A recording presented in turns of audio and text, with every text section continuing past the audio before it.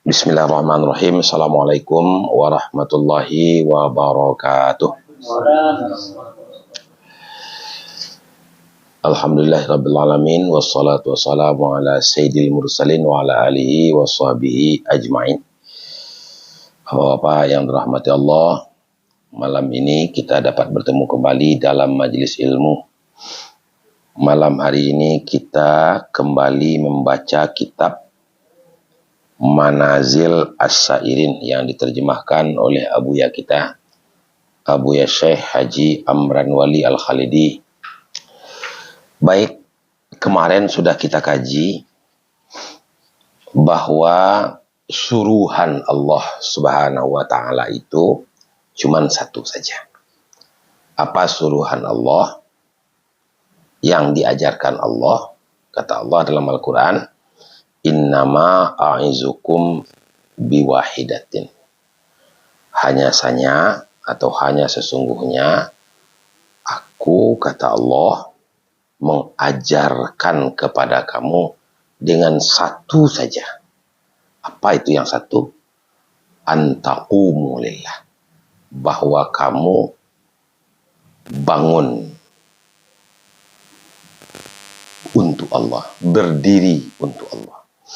Bangun ini maknanya apa? Terjaga, tersadar. Ya, jadi yang Allah perintahkan kamu tuh sadar bahwa kamu adalah hamba, kata Allah, aku ini adalah Tuhanmu. Itu ya, bahwa kamu itu di dunia hidup hanya sementara dan hidup di akhiratlah yang abadi. Ya. Jadi yang Allah suruh kepada kita satu saja. Apa itu? Yang Allah ajarkan agar kita terbangun. Jangan tertidur lagi. Maksudnya jangan tidak sadar lagi. Orang yang tertidur adalah orang yang tidak sadar. Orang dengan seiring umur bertambah juga tiap hari. Masa kematian kita semakin dekat. Kalau dihitung-hitung, amal ibadah yang kita kerjakan entah berapa.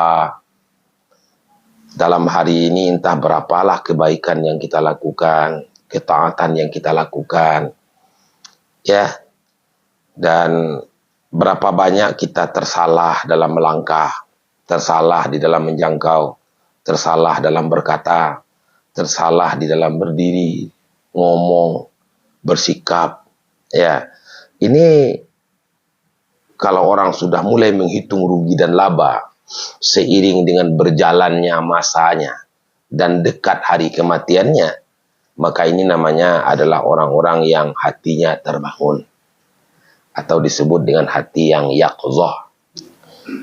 Penyebab adanya keterbangunan hati itu adalah untuk mensyukuri nikmat Allah. Orang baru akan terbangun hatinya bila mana akalnya bercahaya. Jadi adinul akal la dina liman la aqalalah. Kalau orang punya akal semuanya. Bukti orang punya akal, tahu dia mana yang baik, mana yang buruk. Ya kan? Tetapi kalau akalnya tak bercahaya, dia yang tahu cuman kebaikan dunianya saja. Membikin rumah, sudah. Membeli mobil, sudah. Membeli motor, sudah. Kawin, sudah 1 atau 2 kali pula. Sudah punya anak pula. Ya, punya baju sudah selemari, punya sepatu sudah banyak, punya peralatan sudah banyak, beras sudah ada untuk dimakan. Tetapi dia tidak terpikir bahwa ini kan fana. Ya, orang yang memikirkan bahwa segala sesuatu yang ia peroleh ini, ya dengan akalnya, dia tidak memikirkan bahwa hidup akan berakhir dengan kematian. Menandakan akalnya tidak mempunyai nur. Nur akal, akalnya bercahaya dengan cahaya petunjuk iman, penyebab untuk sah bidayahnya dan sampai nihayahnya, artinya keinginannya dan tujuannya untuk bermakrifat kepada Allah atau bersama dengan Allah dalam kehidupannya. Jadi itulah yang membuat kita ada keinginan untuk bermakrifat.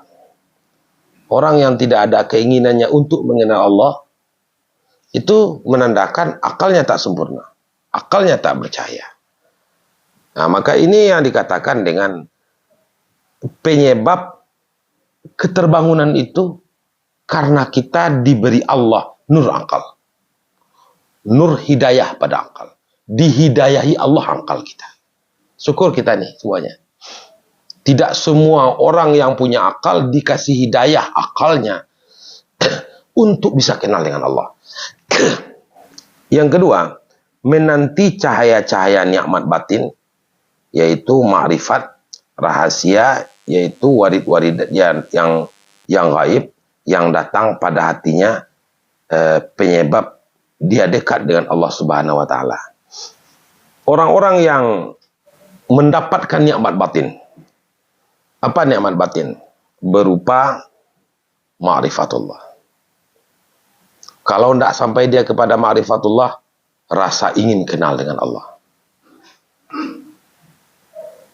Cahaya nikmat batin berupa ma'rifat Allah itu merupakan waridat-waridat yang gaib yang datang pada hatinya sebagai penyebab dia dekat dengan Allah.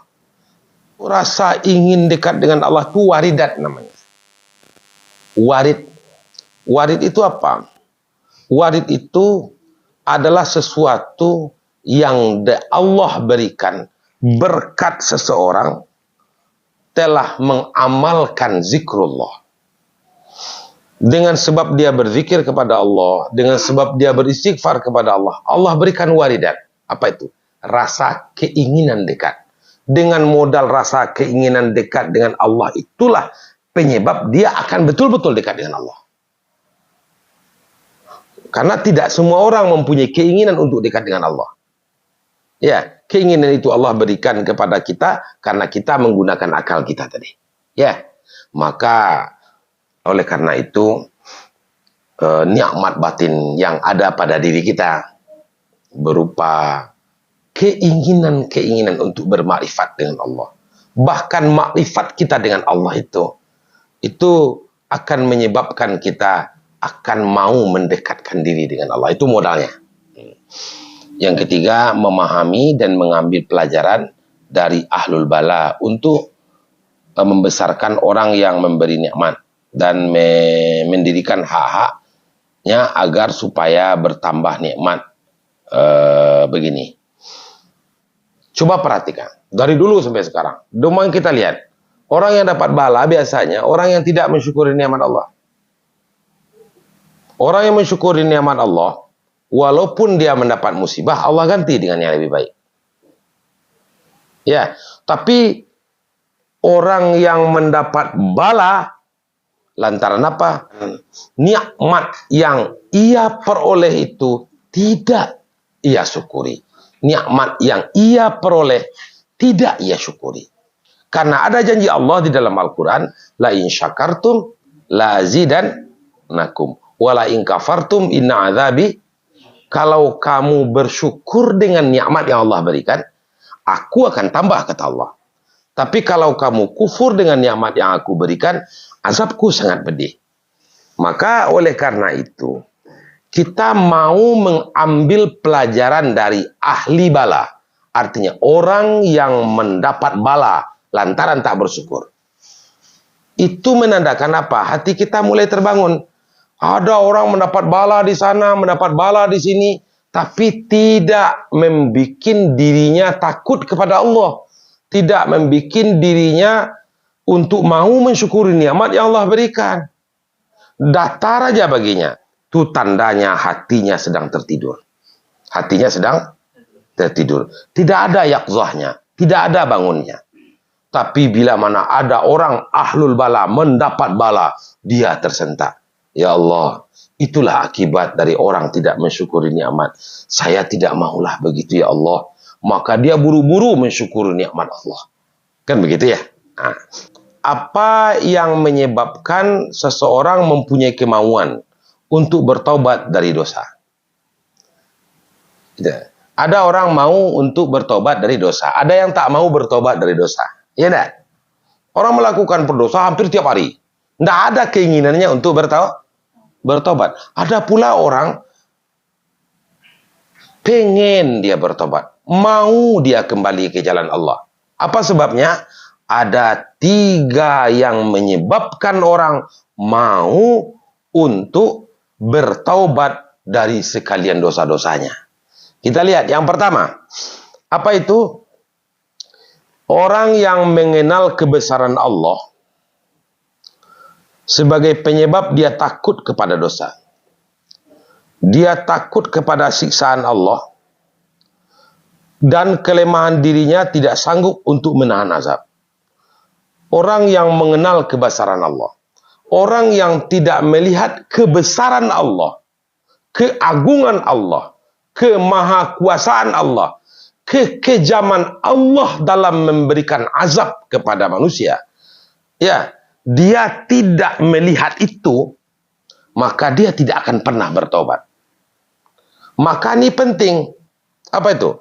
Seseorang wajib mengenal, wajib tahu kebesaran Allah itu, keagungan Allah itu, kekuasaan Allah itu. Dengan kita lihat contoh-contoh berapa Allah bisa menjatuhkan orang yang tinggi menjadi hina, menaikkan orang yang hina menjadi mulia.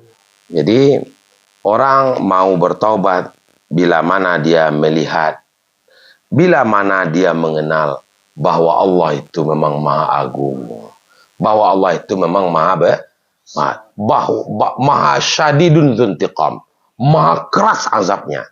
Bayangkan sedikit aja itu dosa orang membuka aurat aja, ya dah. Itu Allah Subhanahu wa taala akan perintahkan orang itu nanti di akhirat menginjak kerikil neraka. Kerikil neraka satu aja yang diinjak itu mendidih otaknya. Begitu kerasnya azab Allah. Yang kedua, orang yang mengenal dirinya, orang yang hina dibandingkan dengan semulia-mulia orang yang mulia, yaitu yang paling mulia itu adalah zat Allah. Kalau manusia yaitu Nabi Muhammad, dia tidak sanggup untuk menerima azab Allah. Jadi orang yang tahu diri, orang yang kenal diri. Kalau orang yang tidak tahu bahwa dirinya hina, bahwa dirinya rendah, bahwa dirinya tidak bisa apa-apa, bahwa dirinya lemah, maka orang itu tidak akan pernah terbangun dari keterlelapannya. Orang yang bisa sadar itu adalah orang-orang yang mau mengenal dirinya. Makanya ilmu mengenal diri ini adalah ilmu yang pertama dalam Islam. Ya dah. Kalau kita tidak mengenal dengan diri kita, maka kita tidak akan tahu dengan Allah. Yang ketiga, dia mempercayai janji buruk Allah terhadap orang yang menentang Allah. Bahwa Allah menjanjikan untuk orang yang durhaka, untuk orang ahli maksiat, ahli mungkarat, neraka jahanam. Orang yang tidak percaya dengan janji Allah, maka hatinya tidak akan pernah terbangun. Maka perlu yang 3 ini kita pupuk. Yang pertama, dia kenal kebesaran Allah. Yang kedua, dia kenal bahwa dirinya orang yang hina, orang yang rendah dibanding dengan Allah. Dan yang kedua, yang ketiga, dia mempercayai janji buruk Allah kepada orang-orang kafir.